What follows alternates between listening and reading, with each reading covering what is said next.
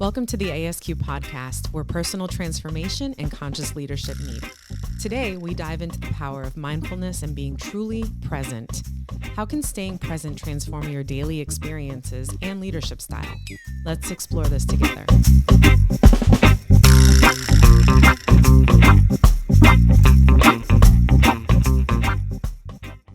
So today, we're talking about the idea of being present.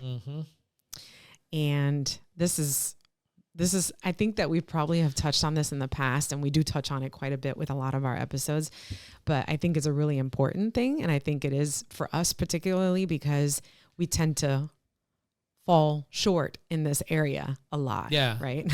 You know, when this topic came up, it was kind of like, I don't know, this is not really my area of expertise and some struggle with it. Right.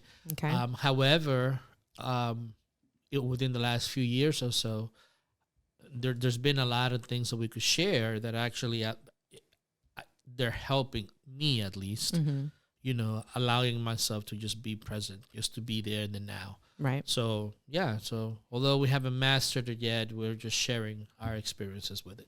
Right. Yep. So I wanted to start, I lost my page here. I wanted to start by reading a quote that I came up with from our own conversations. No plagiarism. And things like that. No plagiarism at all. Okay.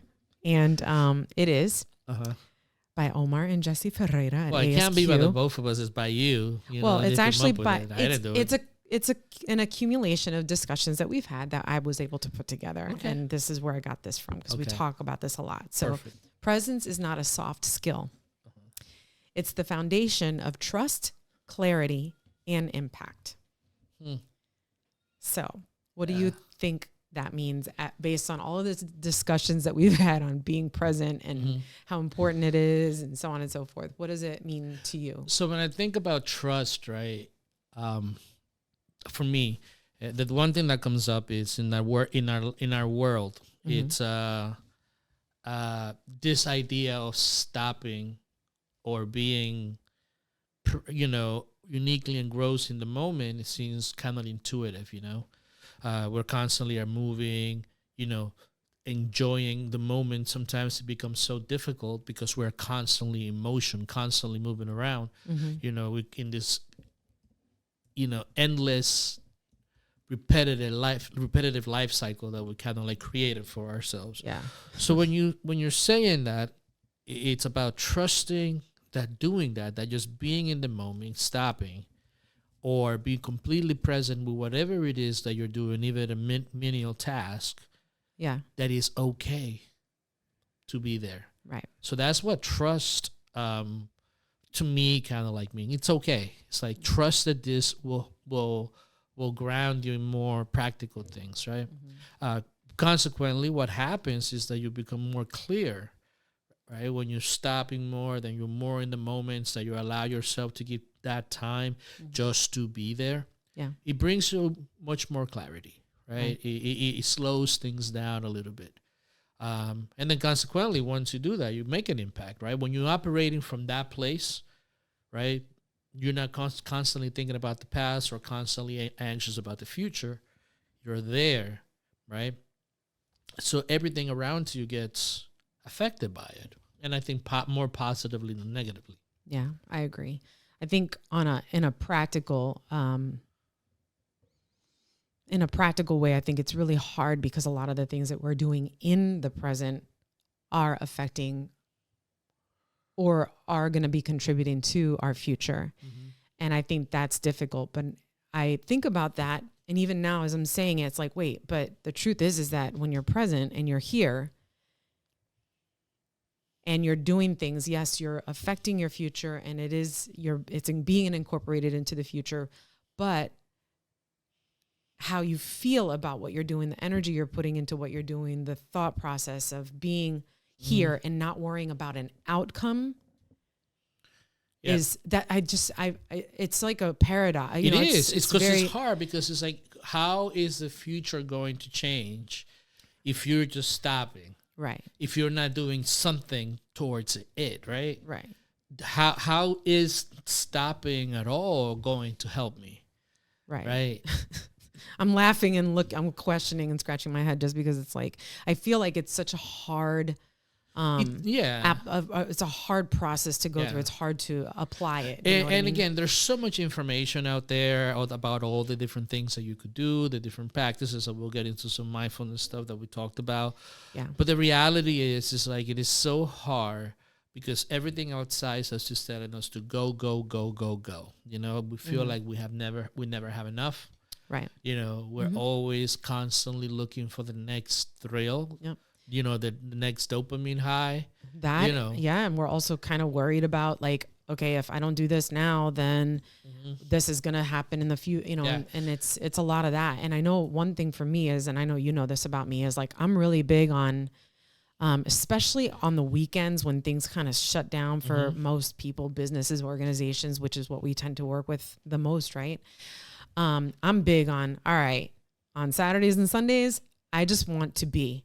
I want to enjoy my moments. I want to experience that. You know, I like to be with you. I like to be with you when you're cooking. Actually, I don't like to be with you when you're cooking. I like to just eat the food that you cook in the moment. I like to be, you know, I like to watch our little shows or do the things that we like to do on our own and also together. You know what I mean? And be present. But we're also fortunate because even though we do things, we don't have the responsibilities that other people have. We don't have any kids, little children. No. We don't have this major thing of responsibilities, we have the privilege of being able to be quiet and keep everybody away. We do. A lot of people don't have that. And so it's really, I think then what I would do on that or push back on is the fact that yes, people have children, they have those responsibilities, but we've been parents of little kids, right? And what does it take for us to be able to not be thinking about what's the future and what has happened in the past and be fully present? For example, when our granddaughter is with us, I am so present when she's with us because I know for a fact that number one, she's running me around like crazy. Like she's the boss when she comes here. Little Sally Belly is the boss, right? And we both know it, right? You're shaking your head and saying whatever because you're like, yep, you're right. No, she's the boss. She's in charge. So everything that is done in that moment is dictated by her.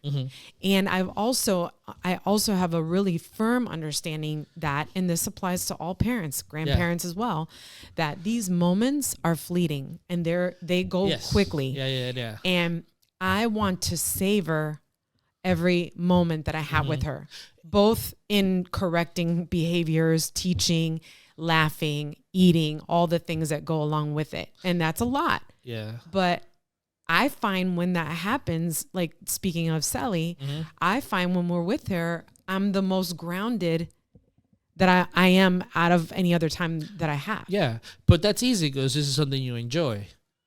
I understand that, right? But But again, I mean, that is easy. You have to enjoy being a parent, of course, to some degree. Yeah, but that's doing something that you enjoy, right? But a lot of the times, I would say 75% of maybe 80% of the stuff that we do as adults, right? It's not truly 100% enjoyable. That's true. Right? Sometimes we are in places that we don't want to be. Sometimes we are in moments in our lives in which it's like, I don't want to be here. I'm going to try to let me go get a little drunk, or let me go ahead and separate because I don't know how to be with me. You know, so presence is not only about just stopping, but it's about kind of like coming to a point where you're operating from a place of peace, right? From a place of congruency. Yep. I agree. To a place, and that's kind of like that's more on that's why I said on a practical level. Yeah. Now we're talking on a more philosophical level. That is a different. That's different because that means that you have to be able to be so in tune with yourself, with your authentic essence, that you're able to remain poised in those moments to say, okay, I'm connecting with that higher level of my being, my authentic essence. Yep. You recognize that you don't want to be here. You recognize that this isn't necessarily the place that you want to be at, or you may not want to be engaged in a conversation, or you may not. You understand that, but how do you go through that? Being present, remaining connected with your authentic essence, and still being able to move forward peacefully, right? And this is what we're going to do, but we first have to read the quote before we go into all that. I read the quote. Oh, did you? Oh my God, I am so tired. Sorry. Are you okay? I'm fine. I'm sorry. Literally. Alrighty then. Yeah. Okay, no worries. Wow, it's just like, but again, I'm thinking about. Are you present? There you go. There's a perfect. That is a perfect example of how stuff works, right? This is perfect. Because here's what you just laid this all out for us. But here's what happened. What happened? Please explain. Explain. It's as if I'm listening and I'm thinking about all these different other scenarios about, thinking about it, right? And although I'm engaged in the conversation, there's like a part that's going on, right? So you see like the distractions happening on how easy it is to kind of like lose focus, even when you're doing something intently. Right. Even when you're doing something intently. This is a perfect example of what happens. Example. You did such a good job. I hope this wasn't an act, and I it wasn't an act at all. It wasn't an act at all. Okay. Yeah. Okay, let's move right along since I'm fully present right now. So now we understand kind of what it means to be fully present. I think on an individual level, that all the things that you just explained are really they're important, right? Because I understand what you mean, and I think that you're right that we have to be able to stay connected to our authentic essence. So that's perfect because that's hard to do. Because I'm constantly like thinking about like what I did and how I don't want to do it in the future. Yep. And I don't think that I find myself very connected to my authentic essence. So here's the thing, right? Because it's hard to operate from presence, right? And the best way, like the way that you could explain it is when in flow. That whole concept of you what you're doing and you're so engrossed in it at the moment, right? That you're just there, and it's almost as if everything is a synchronicity, right? It's like you used to run, right? So you know that you get to a point in which nothing matters. You just keep going. You just keep going, and your mind is empty, and you feel all at once. So you feel that a lot physically. When it comes to life, because, when you're exerting yourself on a game or running or an act, right, that is physical, it's just so much easier to get into that flow state, right? But when you are on your day-to-day, right, it's just so much challenging because of the distractions, right? And it's almost like a slowing down to be able just to see what is taking place, right? But it doesn't happen all the time, right? The biggest challenge and what is so challenging to do, difficult to do, is that it requires discipline, right? Yeah. It requires discipline. Yeah, I think you're right. I think there's a practice involved there on both an individual and and from a leadership perspective, because that's kind of the perspective that I speak from, right? Because it's so important to be able to, being present allows you to be mindful of the things that are happening in the moment. That moment that you're, for example, with colleagues, coworkers working on a project, rather than thinking about the outcome of it, going through the process of being present, being fully aware, listening and engaging with other people. Yeah. It's building your emotional intelligence. It's building on your decision-making capacities, all these different things, right? But let me take it back, right? Because I was thinking about a lot of there's a lot of books out there like micro habits and learning micro habits, doing all these different tactics, right? Or, to try to get to that place. But a lot of people just stop because it is frustrating. You read this book, you are like at this high, I'm going to do this.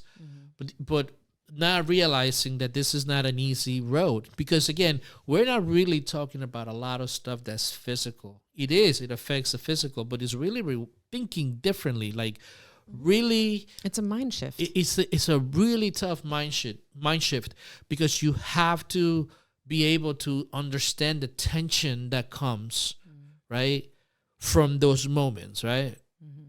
And that's the part that's why most people stop, because we do a lot of things and we get excited. And because we are excited, we always think that excitement is always going to stay there, right? But that goes away, right?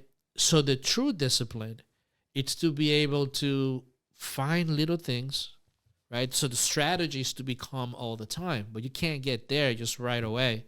You got to do some things. Right. Well, I think that goes back to, like, you know, we talk about journaling and we talk about, like, yes, recording these things, right? Uh-huh. I think it's really, when you say it's connecting with our authentic essence, this is part of it, right? Yeah. Is being able to say, okay, this is a situation that I was in, and I found myself being able to hold being present for this moment. I was actively engaged in this conversation with my significant other or my child or my, you know, a colleague or whatever it is, and be mindful. Yes. I was there. I was connecting. You know what I mean? Because how many times, I mean, and I know I've said this on past episodes, where I've been like, I get into my car and I'm driving, and then all of a sudden I'm like already on this street. That's another thing. We could talk about that later, because that's pretty interesting too. That's crazy. Yeah. But here's one thing, right? I was talking, I love this dude. He's an amazing guy. And we were doing a group, and he talked about how he went to dinner with his kids, put his phone away, and they thought there was something wrong with him, right? Because when you do that, I think something's wrong with you. There you go. Right? You know, so again, it's this goes to that idea of impact, right? Mm-hmm. The moment that we do our best, right, to separate all the other stuff that's going on, to be there, the noise, right? It impacts everything else around it. But again, those are the things that really change, and it changes you. It changes the people around you when you are that attentive to what's taking place right now. Yeah. In order to enjoy much of it, right? Because again, we delve into in here the psychology, the spiritual type stuff, and then the actual thing, right? So then, how do you start, right? Because again, the strategy is to be able to be like that under most circumstances, right? That's the strategy. You know, the tactic is, okay, how we start walking towards that end goal. What do we do? Because everybody wants to hit a home run right away. This has been one of my life's biggest fallacies, always trying to hit home runs instead of just getting on base, right? Ooh, that's a nice baseball analogy, isn't it? Sure. Yeah. Let me record that. I heard that because I was present. Yeah. You know, so to get on base. So then that's the big picture. This is where we start, right? So that's kind of like what we have to really start looking at. So then, okay, you bring it up. So how do we do that? How do we be okay, or how are we okay with getting base hits? Yeah. So here's the thing. Here's what I did, right? Here's what I did. And then I just don't know how it came. I guess I was just going through a lot of stuff, reading a lot of things, right? And it's a lot, right? Because you just want to get better. You get all this information and you want to put everything in practice, right? So I'm reading all this stuff, and then I just said, you know what? This is a lot. This is too much. And I said, I want to start with one thing, right? With just one thing. And this is silly, but it's just one thing. I'm going to get up in the morning. I'm going to take a shower, and I'm going to put lotion on my feet. Yeah. Right. So when you look at that, I didn't know that you had this thing going on. Yeah, it was all, you know. You didn't do that this morning. Well, thank you for calling me out, right? Because I was doing all the stuff, right? Okay. But again, okay. So, but this is a practice that you have in place. I want you. Yeah, this is my practice. I get up in the morning, I take a shower, put lotion on my feet. I just started doing that. Okay. I wasn't worried about anything else at all, and I just kept doing it, and it felt good, and I said, "Oh, okay, this is great." Right? Then I was like, okay, I have a little bit of time. Let me write whatever comes. Just started writing in my journal. Just started doing that. Then I started taking, I want to learn some stuff. Ooh, mornings is the perfect time for me to do that, right? So that is my moment right there of being present. And so what happens is when you start going out there, you start expanding from that little stuff to everything that you do, right? So at work, you know, I'm always going to be paying attention to the person that's in front of me at the moment. There's no distractions, no phones, no looking that way, no looking that way, just being here, active listening, right? So you start expanding all these different little tactics. So eventually, most of your life is lived from there. But to live from there all the time, I don't think that's possible. I don't agree. And I'm sorry. I agree with you. It's not possible.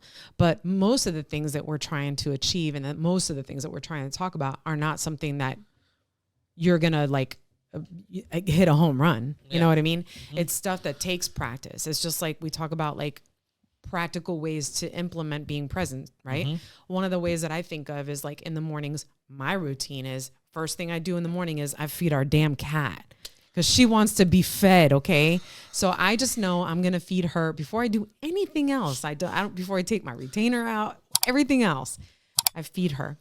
And then I press the button on that coffee maker because I'm like, yes, now I'm going to brew this into my life, right? Mm-hmm. And then I go and I take my shower and do the things that I need to do and I get dressed.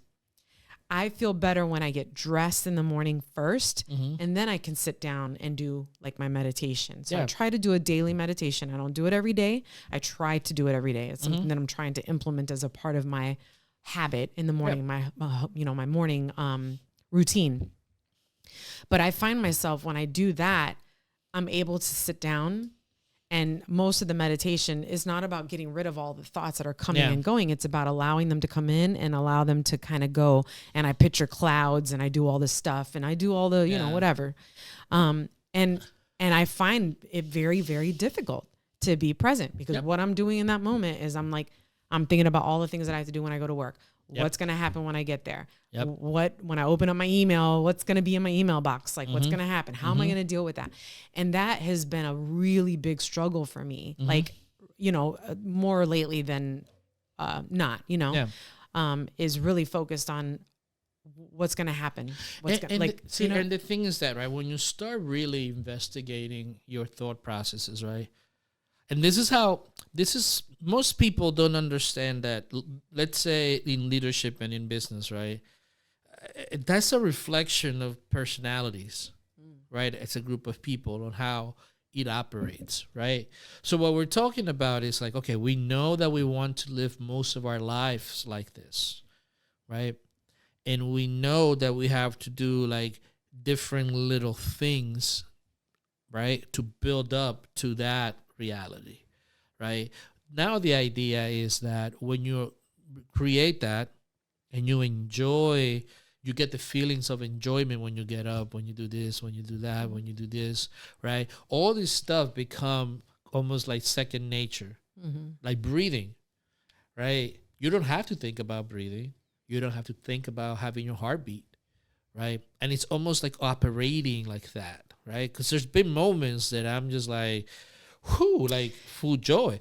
But, it's the little things that's going to get you to that realization. Yeah, but I mean, your heart beats without you having to think about it. Correct. So it's, getting to that place that you're, okay, I'm consistently present in my life. Yeah. That's not your heartbeat happening is an automatic thing. But that's the thing. What I'm trying to get at in analogy-wise is that you want to get to a point in which what you're doing becomes so automated. Present that it's like your heart beating or your breathing. That's kind of like what I'm getting at. More automated that you can call it into play when you need it. Maybe. Yeah, it's like, for instance, when I'm doing a presentation, like I'm just present. It's like I'm enjoying what I'm talking about. Everything is like fast and I'm just there. Like I could just see a body language and pick it up and then, okay, because I'm there. I'm not thinking about my challenges. I'm not thinking about the issues. I'm not thinking about what's coming. I'm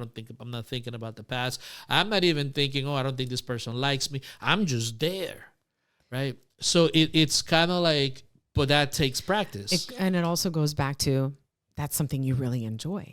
A lot of people are doing things that they don't enjoy. Yeah. So like I find myself doing that a lot. Yeah. Based on my situation and thinking, this is what I would rather be doing. This is what I want to be doing. Yeah. Right. Precisely. And then, is it plausible or probable that if you change the perspective about doing something from a point of enjoyment, right? Is that something that could be done? Yeah. Or, very simply, don't do it at all. Right? The problem with that, right, is that now realism starts coming into it, right? Like, okay, well, I don't want to do that because I don't feel like it, right? But then other aspects of your life start falling off because you're not facing, like doing the dishes, right? The thing is, you got to do it anyways, so might as well do it from a point of view in which you're enjoying rather than dreading it. But that's hard. It's not easy. Yeah, it is hard. I think even when people go on vacation, right? You go on vacation, you're like somewhere you really want to be, you're enjoying it. And then the last 2 days come and you start thinking, damn, in 2 days, I got to go back home. And then the last day, I got to go back home tomorrow. And like you're dreading it. And it's like you're not enjoying a whole 2 days or a whole day of your vacation because you're like thinking about what's to come. And it's like, and I guess that for me is what I'm trying to say, because like you alluded to this earlier, like if you're not enjoying it, it's easy for us to say that because we find moments where we have peace. Like we know that, tonight we're going to be able to just kick it and relax a little bit, have some dinner or whatever, and just maybe have some wine and chill. Nobody's going to be screaming in the background, no animals and stuff. Yeah. Well, I take that back. We have an animal that screams a lot, but here's the other part, right? Because we just started talking about individuals, right? When you start thinking about the macro, right, the idea of we've created a society or a culture in which these things are not a part of it. The moments of peace and pause, they're not part of our ecosystem. I mean, of our society at all, particularly here in the States, right? We're go, go, go, hustle, hustle, hustle, right? But other traditions and other cultures take pause, right? Like our Spanish culture, there's like a siesta in the middle of the day to stop. Muslims pray 5 times, but I think Muslims and Jews at least 5 times a day to kind of like have that time, right? Yep. To be able to disconnect. But again, whether you believe in God or not, it's a moment to connect, to be present for something higher than you, right? Which is a great practice, in spite of whoever religions take them, but it's a good practice nonetheless, right? So the thing is, from a macro standpoint, when we look at the lives that we have created, both in society, but also within work cultures, right, is this idea of outcome and productivity constantly, right, which is okay, but they also need to be paused with periods of like, internally being, I'm here, I'm enjoying what I'm doing, but then continue, right? So environments also need to change. It's kind of weird how all this stuff works, though. But and I agree. And so again, I'm always saying that I'll push back. I think that because that's a good point to say that. I think it's a really good point because we don't. How many times have I talked to somebody, a colleague or whatever, and they've been like, I haven't even taken a lunch yet. Exactly. So one of the things that I've done in my workplace setting is I have made it a point to, in the morning, I'm entitled to a break. In the afternoon, I'm entitled to a break, right? And then I'm entitled to a lunch. In the morning, when I have that moment and I find, like, I'm just like, okay, I can't think. I'm not processing this. I'm not sure what this means. Whatever comes to me in that moment, I get up and I walk away and I go outside and I just walk. Yep. I just walk outside or I sit outside for 5 minutes. 5 minutes is a long time. Yeah. You don't think it is because it goes by fast, but it is a long time when you sit and you're present. Yep. And I take moments to take, like I just took a deep breath right now and just let it out and just think to myself. And it just allows you to clear that space of all this stuff and expectations and outcomes that are in there surrounding you. And when you go back, the perspective suddenly becomes a little bit less daunting. It becomes more clear. It feels a little bit better because I just went outside. I stretched my legs. You did all that stuff. I think that's one really great strategy. Here's the thing too, right? Because there was a lot of organizations that went in the direction of providing, like, the safe spaces, lunch, the little nap cubicles, and all that stuff, right? Yeah. But here's the thing, right? It's whenever you put something into into existence, there are people that are constantly are going to try to push the lines all the time. Of course. And this is the challenge when it comes to your families, right? When bringing kids up, when it comes to running an organization, when you set practices of just pausing, right? That some people will push the lines to get what they want. Kids, employees and things of that nature. Mm-hmm. And this is something that is a really challenging thing because in our society right now, we're making a big, big movement about mental health, right? Mm-hmm. And rightly so. However, I'm always advocating for self-advocacy, right? This is why we merge self-development, personal development with leadership. Because when you create something like that, when you try to create a system, there are tendencies for us, for humans, right, to self-preservation, to get the most that we want. But in a situation like this, as individuals, we have to do that within ourselves. So even though we have those environments, we utilize them for the purpose of what we're there to accomplish. Mm-hmm. Does that make sense? Mm-mm. No? So in Twitter was a company before Elon Musk took over, in which they had all this stuff, all these different perks for relaxing and mindfulness and all that stuff, right? But it turned out that a lot of people were not doing their job. Yeah. They weren't working, mm-hmm. right? They weren't doing what they were there to do. Right. So whenever we create systems, people are always going to push that line.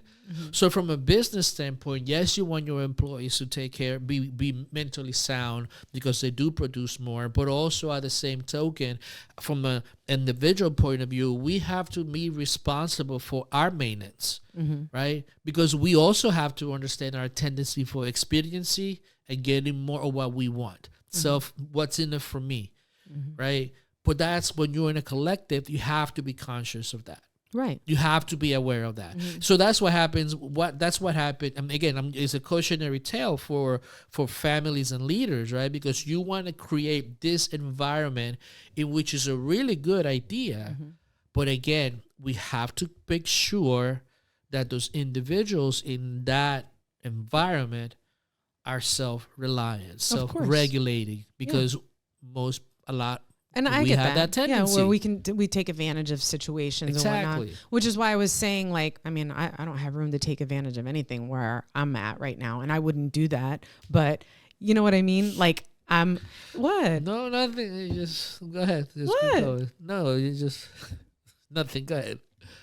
You have to cut this part out? No, I'm not gonna cut anything out. I'm gonna leave it just like this. No, I'm saying I don't have that kind of room because I am responsible for multiple things, right? Mm-hmm. So the way that I am able to sort of balance that is by just let me go for 5 minutes and just take a deep breath, take a walk, and whatever. But I understand what you mean, that you have to be able to temper those.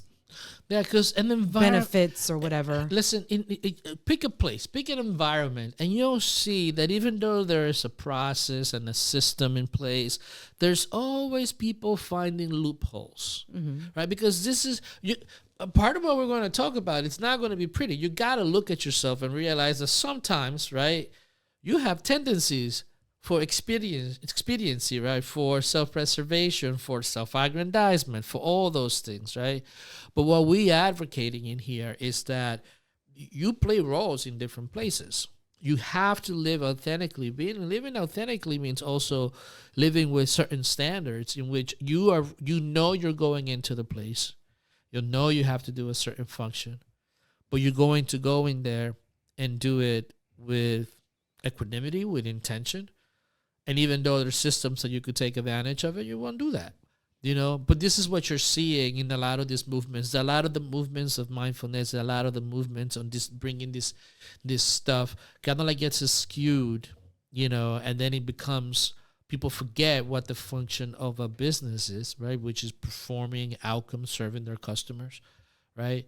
So it's like we have to be aware of that, and we have to be present enough in all these situations to realize I'm going into here. This is the objective of why I'm here. This is the purpose of why I'm here. Mm-hmm. So it's just interesting how we seldom do those two things.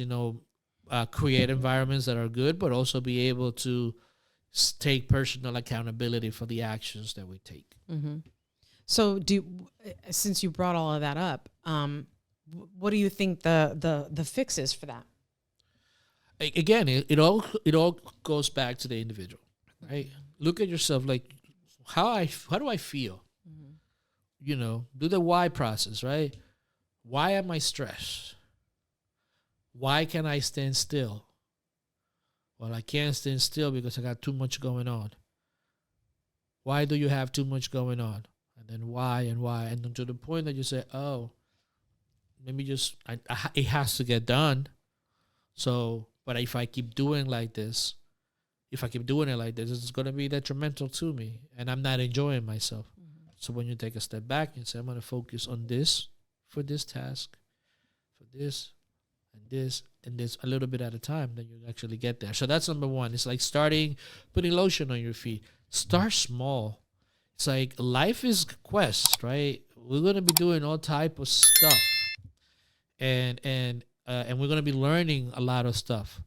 So yes, we want to be there most of the time, but there's also life, and sometimes we're going to hit something and then we have to back up and just, and then, okay, be there and figure out another way to navigate. That's why it's so important to be present in the things that we do, to be in the here and now, because we can't get there because we're going to constantly be anxious. Oh, I want to get there. I want to get there. I want to get there.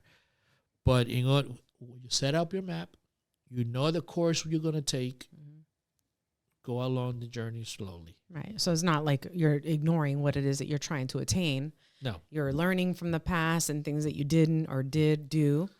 You know that you don't want to be where you are, or that you want to experience something more of, or you want to do something differently or approach things differently, or not be reactive, or Correct. not, all those different things. So setting that roadmap on, okay, how am I going to do that? And that can be in a variety of ways. Cause I can think of so many things where I'm like, how can I avoid this from happening again? Like, what can I do differently when this pops up in my life? And how can I handle it in a way that doesn't make me feel like I'm thinking about a bunch of other stuff, but I'm managing and staying present and focused on what is going on now. Right now, yeah. And again, those are things that the more you practice, and things that are insignificant to others, it doesn't matter. It has to be your thing. Your thing to be able to say, for me, putting lotion on my feet. I am ashy by nature, not because I hate you. So I had to put something on my feet. So it felt good. It was something that I also enjoyed it. I also enjoyed doing it, right? I got the special type of lotion, right? So it feels good. I started taking, and again, it sounds like ridiculous, right? I started taking showers with smelly good soaps, right? Buy my little bars, like coconut and things like that. Milk and goat milk. Yeah, Gotcha. so the earthy stuff. The earthy stuff, yeah. And you start feeling good, So then basically, if we were if we're leaving people with any kind of like things to kind of think about and thought processes or whatever, it's really just establishing, not wanting to hit the ball out of the park, not hit a home run, a home run, but try just base hits. Just hit a base hit, right? 'Cause that's important in baseball.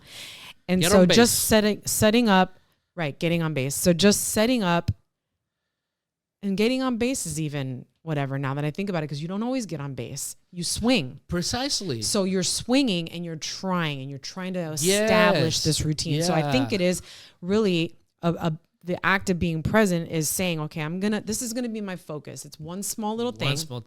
I'm going to do these things to implement that. That could be, maybe your goal is established. I want to be a runner. I want to run a 5K. Yes. If that's a perfect example. I want to run this 5K. And there were people that were in this group with me that ran this 5K recently, but we used an app.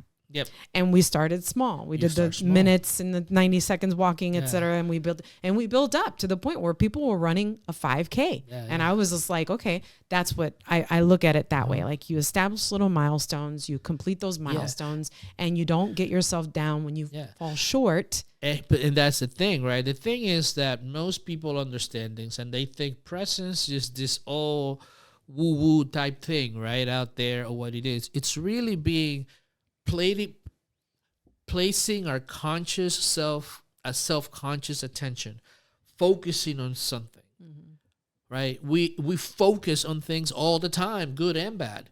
So it's focusing on doing a thing, right? We complete focus, we complete there-ness, right? Like, I'm here. I'm putting lotion, I'm moving it up my feet in between Getting the in toes. between the toes. Yes, of course, right? Oh my God. So you start there, just paying the attention, right? If you see, oh my God, I got this report due. Oh my God, the kids need to go here. Oh my God. And then your feelings begin to come up. It's like, oh my God, this is so pointless. All those feelings, the attention, the practice really is to pay attention to exactly what you're doing. Do one thing. And after you feel really good about it, and do something that you enjoy, right? Start there. So it's not that you're going to levitate by being present. It's not that you're going to be able to, like, use the force. I think the whole point about this thing that we're trying to drive is the idea of finding peace, being at peace. Yeah. And I think that's a real strong, what do you call it? That's this really strong thing to desire. And but I think it requires discipline. Right. And that's what I'm saying, that we want peace and we say it. I just want to be at peace. I just want to be at peace. What are we doing to be at peace? What are those small steps that we're taking and implementing into our daily routines to achieve peace? You know what I mean? Like, for me, it's little things. Like, I've done very small things. Like, I don't listen to music in the car anymore. Sometimes I just drive in silence and pay attention and look at things. And I've been noticing, like, the little animals, and I'm like, ooh, I'm becoming a animal whisperer too. You know, discover the national bird of Mexico by our house. We did That's that. pretty cool. Cool bird. I was driving the other way around from coming here from up north, and I noticed the buffalo, and people were just like, "You got buffalo by your house?" I'm like, "Yes, you can see them there." Like around. Little things like that. And so I think, when I just speaking to or piggybacking or on what you're saying, it's not that we're trying to say, "Oh, you're gonna have this mind-blowing experience." Yeah. We're not talking about that. We're talking about literally having moments of peace. It's interesting. In connection. In connection, right? So our next topic is going to be on what spirituality really is, right? Because it goes a lot with this, right? Because when you're talking about spirituality, you think about concepts like mindfulness, meditation, and all these different things, right? So a lot of these things that get caught up in all that, it's we have to kind of like redefine what spirituality truly is, right? Which is a practical living exercise of being alive and doing stuff. But you're giving it all away now. No, I'm not. I'm just planting the seed. Okay, don't plant any more seeds. We don't want to give any away nuggets. We don't want to give nuggets away. Absolutely. Give a nugget away. Anyway, yeah. So are we good? Like, this was like, are there more things that we can share about this? No, I mean, because I feel like it's not that deep. Most people want peace. It's not that deep, but it's hard. To do, yeah, it's definitely hard work. Because this is all mental stuff, and no amount of talking, no amount of sharing, it's going to change that. Right. The reality is that you have to take a moment and begin from there. Right. There's only one person that could do the work, and that is you. Yeah, that's true. It's that's definitely that's the thing we can't escape. Self-motivating thing to do. I mean, you have to be wanting that. You have to. At the end of the day, that's everything that we talk about. You have to want it. You have to have that desire. So, yeah. And we'll talk about desire later too. Thank you for joining us on this journey into the practice of presence. Remember, the key to transformation lies in being fully engaged in the now. Join the movement, live authentically, and lead with purpose. Until next time, keep exploring your authentic essence.